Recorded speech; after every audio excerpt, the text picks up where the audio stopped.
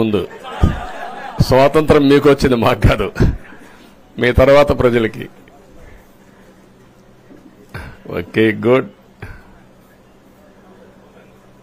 మళ్ళీ ఢిల్లీకి వెళ్తున్నా ఈరోజు.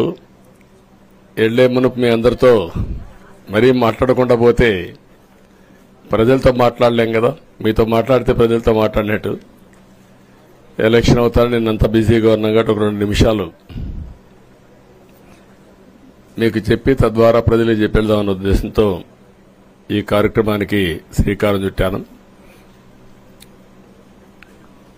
ముందు మీడియాకి, అదే మరి రాష్ట్ర ప్రజలందరికీ ధన్యవాదాలు. శిరస్సు వంచి నమస్కారాలు తెలియజేస్తున్నా. ఎందుకంటే నా సుదీర్ఘమైన రాజకీయ యాత్రలో ఈ 5 సంవత్సరాలు చూసిన ప్రభుత్వాన్ని నేను ఎప్పుడూ చూడలేదు. ఒక రంగం అని కాదు, ఒక వ్యవస్థని కాదు, ప్రజాస్వామ్య వ్యవస్థలన్నీ ఏ విధంగా ఇబ్బంది పడ్డాయో, ఏ విధంగా నిర్వీర్యం చేశారో మనం అన్ని చూశాం. అయితే మా ధ్యేయం ఒకటే, ప్రజలు గెలవాలి, రాష్ట్రం నిలబడాలి. దీనికోసం ఎన్ని త్యాగాలైనా సరే చేసి మళ్లీ భావి తరాల భవిష్యత్తు కోసం ముందుకు పోవాలని చెప్పి వెళ్ళాం. నేను చాలా ఎన్నికలు చూశాం. 10వ ఎన్నిక నిన్న. అంటే ఇన్ని ఎన్నికలు చూసినా, అంటే ఎన్నికలు చూడడమే కాకుండా ఈ ఎన్నికలన్నీ at the helm of affairs ఉండి ఎప్పటికప్పుడు సమీక్షలు గాని ఇవన్నీ నిర్వహించడం కూడా చేశాం. రాజకీయాల్లో ఒడికిదుడుకులు సాధారణంగా ఉంటాయి. ఎవరు శాశ్వతం కాదు. దేశం శాశ్వతం, ప్రజాస్వామ్యం శాశ్వతం, రాజకీయ పార్టీలు శాశ్వతం, అధికారం అశాశ్వతం. రాజకీయ పార్టీలు కూడా సక్రమంగా ఉంటే మళ్లీ ప్రజలు ఆదరిస్తారు. లేకపోతే రాజకీయ పార్టీలు కూడా చాలా పార్టీలు కనుమరుగైపోయినాయి. వ్యక్తులు కనుమరుగైపోయారు, రాజకీయ పార్టీలు కనుమరుగైపోతాయి. కానీ ఇంత హిస్టారికల్ ఎలక్షన్ నేను ఎప్పుడు చూడలా. నా జీవితంలో చాలా ఎలక్షన్స్ ఫేస్ చేసాం, కానీ వేవ్ కనపడేది, వ్యతిరేకత కనపడేది. కానీ ఈ ఎలక్షన్లో ఎక్కడో అమెరికాలో ఉండే వ్యక్తి ఒక 5 లక్షలు 10 లక్షలు ఖర్చు పెట్టుకొని నేను రావాలి, ఓటేయాలి, రాష్ట్రం నిలబడాలి, ప్రజలు గెలవాలి అనే ఆవేదనతో వచ్చారు. ఎక్కడో పక్క రాష్ట్రాల్లో ఎక్కడో కడుపు నిండడం కోసం కూలి పనులకైనటువంటి వ్యక్తులు, పాచి పనులు చేసుకునే వ్యక్తులు సొంత డబ్బులు పెట్టుకొని నేరుగా ఇక్కడ రైల్వే స్టేషన్లో చూస్తే, బస్టాండ్లో చూస్తే భోజనం కూడా ప్యాక్ చేసుకొని తీసుకొచ్చి ఇక్కడ భోంచేసి ఓటేసే పరిస్థితికి వచ్చారు. ఈ కమిట్మెంట్ని ఏ విధంగా వర్ణించాలో నాకైతే అర్థం కాదు. ఏ విధంగా వాళ్ళని అభినందించాలో కూడా అర్థం కాని పరిస్థితి. అనేక ఎన్నికల్లో అనేక అనుభూతులు చూశాం. కానీ మేము అన్ని ఎన్నికల కంటే ఇది ఒక తెలుగుదేశం పార్టీ చరిత్రలో, ఆంధ్రప్రదేశ్ రాష్ట్ర ప్రజల చరిత్రలో సువర్ణాక్షరాలతో లిఖించదగ్గ ఎన్నిక. ఇది ఒక హిస్టారికల్ ఎన్నిక. ఆగస్టు క్రైసిస్ తర్వాత, ఎన్టీ రామారావు గారు పార్టీ పెట్టిన తర్వాత 83లో మేము గెలిచాం. అప్పుడు 200 సీట్లు వచ్చాయి. కొత్తగా పార్టీ పెడతానే ఎన్నికలకు వెళ్లి 9 నెలలు అధికారంలోకి వస్తే 200 సీట్లు వచ్చాయి. 94లో మీరు ఒక్కసారి చూస్తే ప్రజా వ్యతిరేకం వల్ల 3 ముఖ్యమంత్రులు మారడం వల్ల ఆ రోజు మీరు ఎన్నికలు చూస్తే దగ్గర అపోజిషన్ పార్టీకి రిక్వైర్డ్ నెంబర్, అంటే అపోజిషన్ లీడర్గా వచ్చే స్టేటస్ రాకుండా వచ్చాయి. అవన్నిటిని వర్పించే విధంగా ఈసారి ఊహించని విధంగా వచ్చింది. అంటే దానికి కారణాలు నేను ఎక్కువ చెప్పక్కర్లేదు, అనుభవించిన ప్రజలకే అర్థమవుతుంది. ఎప్పుడైనా సరే ప్రజాస్వామ్యంలో ప్రాథమిక హక్కు మాట్లాడే స్వేచ్ఛ. ఆ స్వేచ్ఛనే కోల్పోవాల్సి వచ్చింది. అదే కాదు, బ్రతికే స్వేచ్ఛ, ఆస్తులు పెట్టుకునే స్వేచ్ఛ, ఇవన్నీ కోల్పోయే పరిస్థితి వచ్చింది. అందుకే మీరు చూస్తే మొన్న ఎలక్షన్లో సరే ఏ విధంగా మేమందరం కలిసాం అవన్నీ మాకంటే ముందు మీకే తెలుసు. కలిసినప్పుడు ఎవ్రీ ఈవెంట్ ఇవి వేదిక నుంచే ప్రారంభించాం. అక్కడి నుంచి ముందుకెళ్ళాం. ఆ రోజు చెప్పాం, ఈ రోజు ఒకటి చెప్తున్నాం. మా ఆలోచన ప్రజలు గెలవాలి, రాష్ట్రం నిలబడాలి. అంతవరకు సాధించగలిగాం. 55.38% ఓట్లు పడ్డాయి. దీంట్లో తెలుగుదేశానికి 45.60% పడ్డాయి. వైసీపీకి 39.37% పడ్డాయి. ఇది ఊహించినటువంటి ఒక్కొక్కసారి 95,000 మెజారిటీ. ఒకప్పుడు నేను చార్మినార్ ఎగ్జాంపుల్ చెప్పేవాడిని. చార్మినార్ అంటే అక్కడ ఎంఐఎం కంచుకోట, అక్కడ ఎప్పుడు ఎక్కువ ఓట్లు వచ్చేటివి. ఆ తర్వాత కుప్పం, సిద్దిపేట పోటీ పడేటి రెండో స్థానానికి. అప్పుడు కూడా 70,000, 80,000, 50,000 కాడ ఆగిపోయేవాళ్ళం. ఈసారి 95,000, 94,000, మళ్ళా 92,000, 91,000. మంగళగిరి లాంటి కాన్స్టిట్యున్సీలు 91,000 మెజారిటీ. ఏ విధంగా అభివర్ణించాలో నాకైతే అర్థం కాదనమాట. అంత ఇదెళ్లిపోయినాయి. ఇవన్నీ చూసిన తర్వాత ప్రజలు ఇచ్చిన తీర్పు మీరు చూస్తే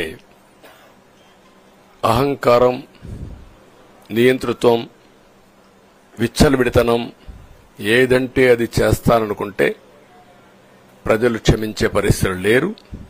అదే ఈరోజు నిరూపించే పరిస్థితికి వచ్చారు.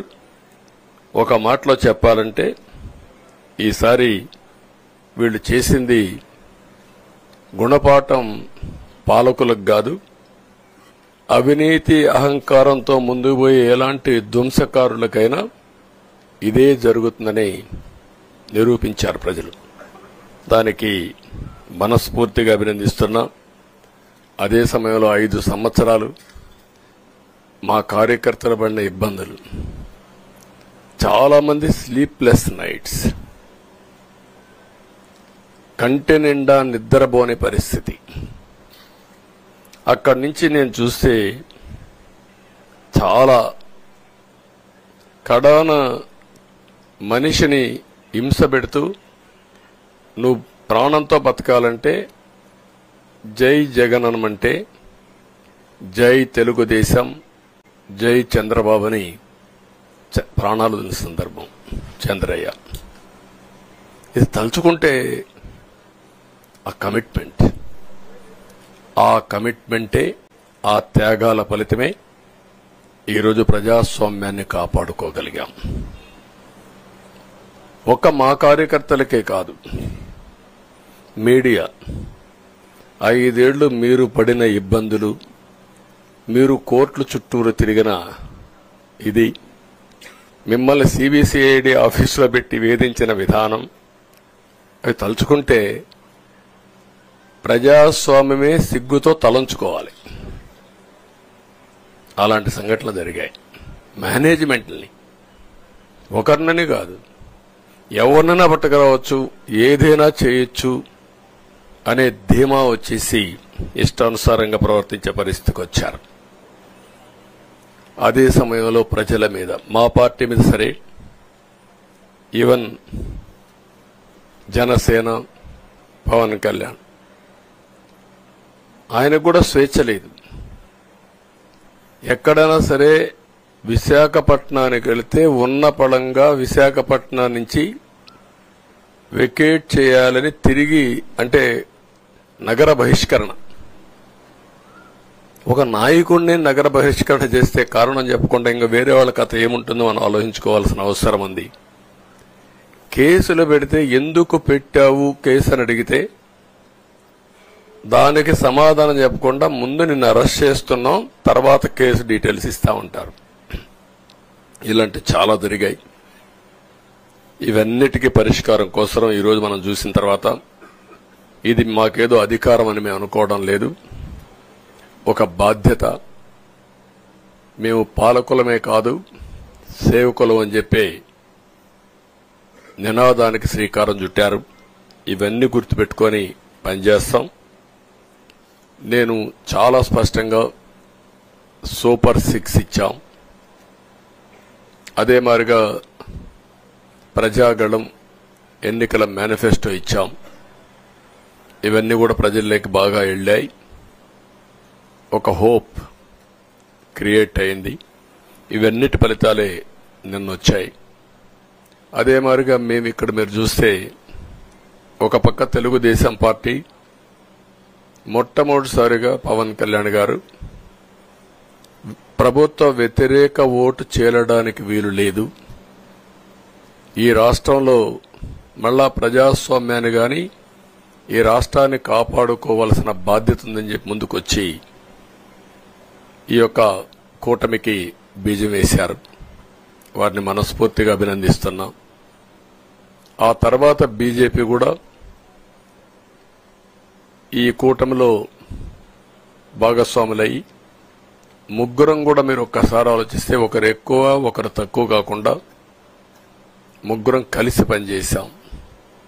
బేషిజాలు ఎక్కడా లేకుండా మేము ఏదైతే చెప్పామో ప్రజలు గెలవాలి, రాష్ట్రం నిలబడాలి.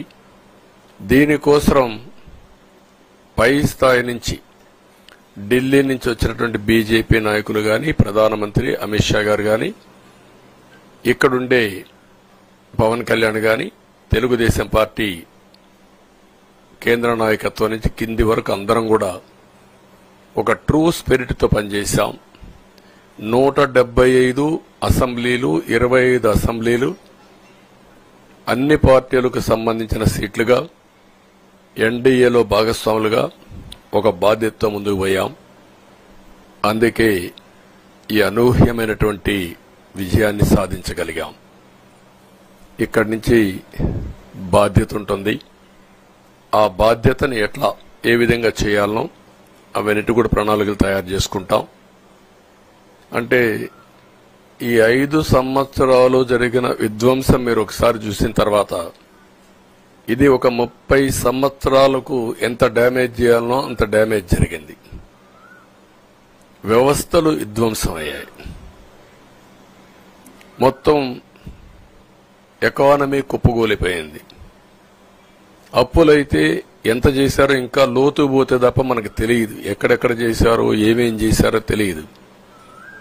ఇంకొక పక్క ఎక్కడికక్కడ సహజ సంపద, ఒక శాండ్ కావచ్చు, మినరల్ వెల్త్ కావచ్చు, లేకపోతే ఏదంటే అది ఇంకా మాకు అడ్డే లేదు, ఏమైనా చేయగలుగుతాం, ఎవరైనా అడ్డొస్తే తొలగించుకుంటా పోతామనే ధీమాతో ముందుకు పోయారు. కొంతమంది భయపడి రాలేకపోయారు, ఎదిరించలేకపోయారు. నా కళ్ల ముందర ఒక రైతు చూస్తే ఆ పొలం పక్క నుండి ఇసుక తీసేస్తే అక్కడ భూగర్భ జలాలు ఉండవు. వ్యవసాయానికి నీళ్లు కూడా కొరత వస్తుంది. పక్క నుండే పొలాల్లో కూడా నీళ్లు ఉండవు. కానీ మాట్లాడే సాహసం చేయలేకపోయాడు. ఆయన కళ్ల ముందర ఆయన పొలంలో మట్టి తీసుకుపోతా ఉంటే ఎదిరించలేని నిస్సహాయ స్థితికి వచ్చాడు. మా వాళ్లు పోతే హౌస్ అరెస్టులు చేశారు. ఇవన్నీ చెప్పుకుంటూ పోతే ఒకటి కాదు, చాలా జరిగాయి. అవన్నీ కూడా ఏ విధంగా చేయాలనో చేస్తున్నాయి. మళ్లీ వ్యవస్థలన్నీ కూడా పునరుద్ధరించాల్సిన బాధ్యత ఉంది. అదే మరిగా మాకు ఒక 4-5 రోజులు ఇవన్నీ చూసిన తర్వాత డెప్త్కి పోయిన తర్వాత మీరు పేపర్లో రాసినట్టు గాని మేము మాట్లాడినట్టు గాని ఒక లెవెల్లో ఆగిపోయినాయని నా ఉద్దేశం. ఎందుకంటే నేను రాజకీయాలు 40 ఏళ్లు చూశాను. ప్రభుత్వాలను మేము అధికారం ఉన్నప్పుడు చూశాను, బాగు చేసి మళ్ళా అపోజిషన్కి వస్తానే వీళ్ళు నాశనం చేస్తే మళ్లీ నేను అధికారంలోకి వస్తానే దాన్ని బాగు చేయాలంటే ఎన్ని కష్టాలు ఉన్నాయో నేను చూశాను. ఒకప్పుడు పవర్ సెక్టర్ మీరు చూస్తే కరెంట్ ఎప్పుడు వస్తుందో ఎప్పుడు పోతుందో తెలియని పరిస్థితి నుంచి హైదరాబాద్ లో విద్యుత్ సౌధ దగ్గర రాఘవరెడ్డి ఉండేవాడు, కమ్యూనిస్ట్ లీడర్. నల్గొండ నుంచి రైతులు తీసుకొచ్చి సమ్మర్ వస్తే అసెంబ్లీ ఏప్రిల్లో ఉంటే గొడవలు సగం టైం మేము కరెంటు కొరతపైనే చర్చించేవాళ్ళం. That were the days. అలాంటిది నేను 1999 నుంచి పవర్ సెక్టర్ రిఫార్మ్స్ తీసుకొచ్చి 2004కి సర్ప్లస్ బాధ్యతతో క్వాలిటీ పవర్ ఇవ్వడం మొదలుపెట్టాం. 2014కు మళ్లీ 22 మిలియన్ యూనిట్లు ఆంధ్రప్రదేశ్లో కొరత కరెంటు. వ్యవస్థలన్నీ నిర్వీర్యం అయిపోయినాయి. తర్వాత మళ్లీ సెట్ చేసి 2 నెలలు 3 నెలలు కరెంటు కొరత లేకుండా చేసి వ్యవస్థలన్నీ పటిష్టంగా చేసి సోలార్ విండ్ తీసుకొచ్చి కాస్ట్ తగ్గిస్తే ఇప్పుడు మీరు చూశారు ఎంత పవర్ ఛార్జెస్ పెంచారు. 9 సార్లు పెంచారు. ఎందుకు పెంచారో నోబడీ నోస్. దానికి రీజనే లేదు. ఇప్పుడు ఎక్కడుందో దాన్ని ఎత్తుక్కుంటే ఎంత లోతు పోయిందో కూడా తెలియదు. దాన్ని ఏ విధంగా రిపేర్ చేయాలి, ఎంత డబ్బులు తెచ్చారు, ఏ పేరుతో తెచ్చారు, అవన్నీ ఒక వ్యవస్థను కాదు, సంబంధం లేని వ్యవస్థతో డబ్బులు తీసుకొచ్చి సంబంధం లేని డిపార్ట్మెంట్కి ఇచ్చారు. ఇలాంటి చాలా ఉన్నాయి. అవన్నీ ఇన్ కోర్స్ ఆఫ్ టైం మీకు కూడా చెప్తాం. అల్టిమేట్ గా ఇదేదో మేము అధికారం అంటే జుబిలియంట్ గా బ్రహ్మాండంగా ఉందనుకోవడానికి కాదు. ఒక బాధ్యతతో మా మీద ఎంత నమ్మకం పెట్టుకున్నారో ఈ ప్రజల్ని మళ్లీ ఒక దారి చూపించే మార్గం మేము చూపిస్తాం. ఇంకొక పక్కన మీరు ఒకసారి ఆలోచిస్తే ఇదే అసెంబ్లీలో నాకు మా కుటుంబానికి మా మిస్సెస్కి జరిగినటువంటి అవమానానికి నా జీవితంలో ఎప్పుడూ బాధపడలా. నా మీద బాంబులతో దాడి చేసినప్పుడు కూడా వీరోచితంగా ఎదుర్కొన్నా. 2003 సెప్టెంబర్ అక్టోబర్ నాకు ఇప్పటికి కూడా జ్ఞాపకం. ఆ రోజు నా మీద బాంబులు చేసినప్పుడు చాలా ఒక పానిక్ రియాక్షన్లో కూడా నేను భయపడలేదు. అలాంటి వ్యక్తిని మీరు చూస్తే అది ఆ సంఘటన చూసిన తర్వాత ఇలాంటి కౌరవ సభలో ఉండడం కరెక్ట్ కాదని అసెంబ్లీలో చెప్పి దానికి కూడా మైక్ ఇవ్వకపోతే చెప్పేసి బయటొచ్చి ప్రెస్ కాన్ఫరెన్స్ చెప్పి అనౌన్స్ చేశాను. మళ్లీ క్షేత్రస్థాయిలో గెలిచి అసెంబ్లీని గౌరవ సభ చేసి అసెంబ్లీకి ఎంటర్ అవుతానని చెప్పాను. నేను ఏదైతే ఆ రోజు ఒక ప్రతిజ్ఞ చేశాను దాన్ని నిజం చేయడానికి ప్రజలు సహకరించారు. మామూలుగా సహకారం కాదది. నేను ఇన్ని సంవత్సరాలు చాలా సార్లు చాలా ఎలక్షన్లు గెలిచాం, కొన్ని ఎలక్షన్లో ఓడిపోయాం. ఎలక్షన్లో ఓడిపోయినప్పుడు నేను ఎప్పుడూ కుంగిపోలేదు. ఎలక్షన్లో గెలిచిన తర్వాత గంతులేయలేదు. నిబ్బరంగా ఓడిపోయినప్పుడు ఒక బాధ్యత ప్రతిపక్షంలో ఉండి పనిచేయాలి, గెలిపించినప్పుడు ఒక బాధ్యత ప్రజలకు మెరుగైన సేవలు అందించి వాళ్ళని ముందుకు తీసుకుపోవాలని ప్రయత్నం చేశాం. ఎప్పుడూ ప్రజాప్రచారనే ఉన్నాం. అలాంటిది జరిగిన తర్వాత ఈరోజు మళ్లీ ఇదే అసెంబ్లీకి నేను ఏదైతే చెప్పానో అది చేసి వెళ్ళడం అనేది ఒక తృప్తి, ఒక గౌరవం. ఆ గౌరవాన్ని నిలబెట్టిన ప్రజలను కూడా మనస్ఫూర్తిగా అభినందిస్తూ మీ రుణం తీర్చుకుంటాం. ఏ విధంగా పనిచేయాలో పనిచేస్తాం. మీ ఎక్స్పెక్టేషన్స్ ప్రకారం పనిచేసి అయితే ఎప్పటికప్పుడు మీరందరూ కూడా మేము ఓటేసాం, మా పని అయిపోయింది, ఇంకా మీరు చూసుకోండి కాకుండా ఎప్పటికప్పుడు మమ్మల్ని నడిపించే బాధ్యత, మాకు సహకరించే బాధ్యత, మళ్లీ రాష్ట్రంలో ఉండే ప్రజలందరం బాగుపడాలంటే ఏం చేయాలో మేము చేసినప్పుడు ఎప్పటికప్పుడు ఫీడ్బ్యాక్ ఇచ్చి నడిపించే బాధ్యత తీసుకోవాల్సిందిగా వారిని కోరుతున్నా. పవన్ కళ్యాణ్ గారిని మనస్ఫూర్తిగా అభినందిస్తున్నా. అదే మరి బీజేపీ అగ్రనాయకత్వాన్ని నరేంద్ర మోడీ గారిని, అమిత్ షా గారిని, ఇక్కడికి వచ్చిన అబ్జర్వర్స్ ని, ఇక్కడుండే పార్టీ అధ్యక్షురాలైనటువంటి పురంధేశ్వరి గారిని మనస్ఫూర్తిగా అభినందిస్తున్నా. వీళ్ళందరూ కూడా ఏదైతే ఒక స్ఫూర్తిని తీసుకున్నామో ఆ స్ఫూర్తితో టోటల్ గా ప్రతి ఒక్క కార్యకర్త సిన్సియర్ గా పనిచేయడానికి ఏ అభ్యర్థి ఉన్నా తమ అభ్యర్థిగా పాటించి బ్రహ్మాండంగా పనిచేశారు. వాళ్ళందరినీ అభినందిస్తున్నాం. ఈరోజు మా విజయం మూడు పార్టీల కార్యకర్తల సమిష్టి కృషి. వారందరినీ అభినందిస్తూ ఈరోజు ఢిల్లీకి పోయి వచ్చిన తర్వాత ఒకసారి మళ్లీ ఇవన్నీ ఎప్పటికప్పుడు సమీక్ష చేసుకుంటూ ముందుకు పోతా అని చెప్పి తెలియజేసుకుంటూ మరొక్కసారి మీ అందరికీ అభినందనలు, ధన్యవాదాలు. థ్యాంక్ యూ అనండి.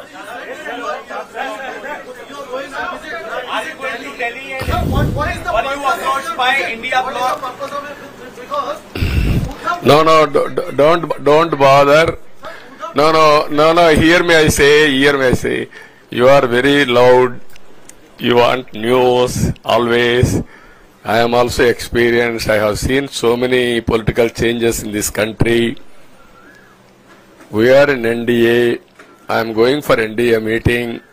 In course of time, anything will report to you. Thank you.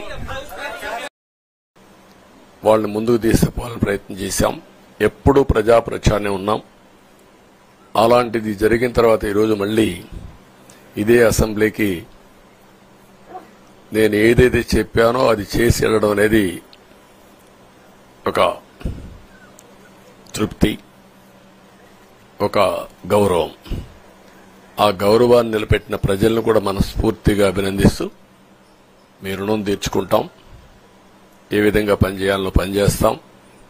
Me expectations ప్రకారం పనిచేసి అయితే ఎప్పటికప్పుడు మీరందరూ కూడా మేము ఓటేసాం, మా పని అయిపోయింది, ఇంకా మీరు చూసుకోండి కాకుండా ఎప్పటికప్పుడు మమ్మల్ని నడిపించే బాధ్యత, మాకు సహకరించే బాధ్యత, మళ్లీ రాష్ట్రంలో ఉండే ప్రజలందరం బాగుపడాలంటే ఏం చేయాలో మేము చేసినప్పుడు ఎప్పటికప్పుడు ఫీడ్బ్యాక్ ఇచ్చి నడిపించే బాధ్యత తీసుకోవాల్సిందిగా వారిని కోరుతున్నా.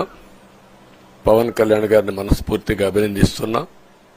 అదే మరి బీజేపీ అగ్రనాయకత్వాన్ని నరేంద్ర మోడీ గారిని, అమిత్ షా గారిని, ఇక్కడికి వచ్చిన అబ్జర్వర్స్ ని, ఇక్కడుండే పార్టీ అధ్యక్షురాలైనటువంటి పురంధేశ్వరి గారిని మనస్ఫూర్తిగా అభినందిస్తున్నా.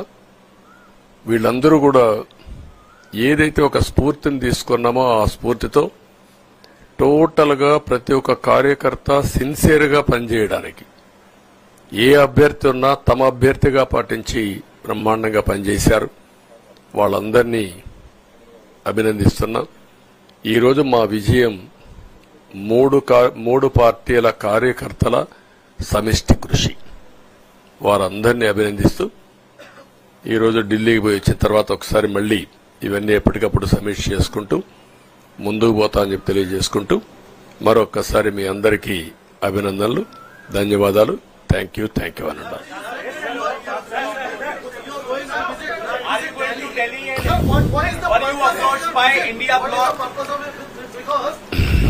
No, don't bother. No, hear me I say. You are very loud.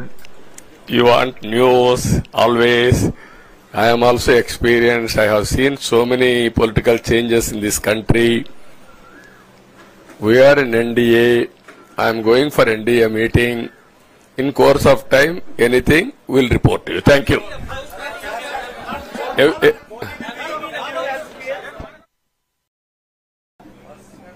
మీరంతా కూడా ఆ సైడ్ ఈ సైడ్ అడ్జస్ట్ చేసుకోండి.